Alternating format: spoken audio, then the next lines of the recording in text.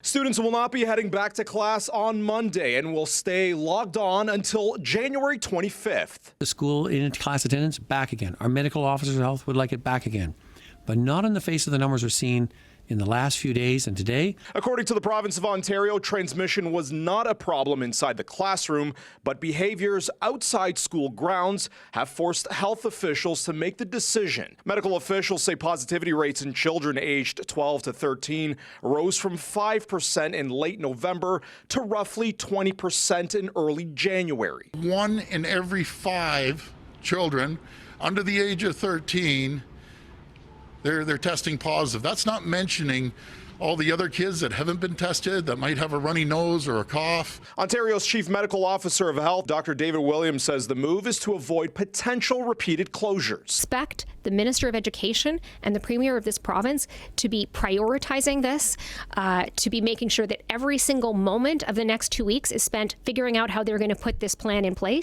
Already 2 weeks into a province-wide shutdown, daily case counts are reaching new records, daily highs of more than 3,000, and hospital capacity is running out. In Hamilton's Public School Board, there have been 205 cases among staff and students. More than half were in December. We can see a drop in cases. I think it would be important to return to school. I think that's a reasonable amount of time.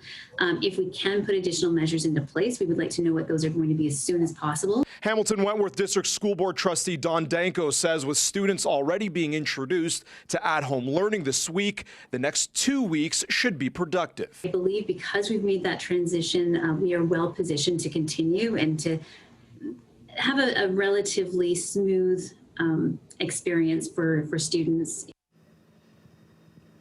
The province says those additional measures in schools include more PPE, improved ventilation, and the introduction of asymptomatic testing and screening.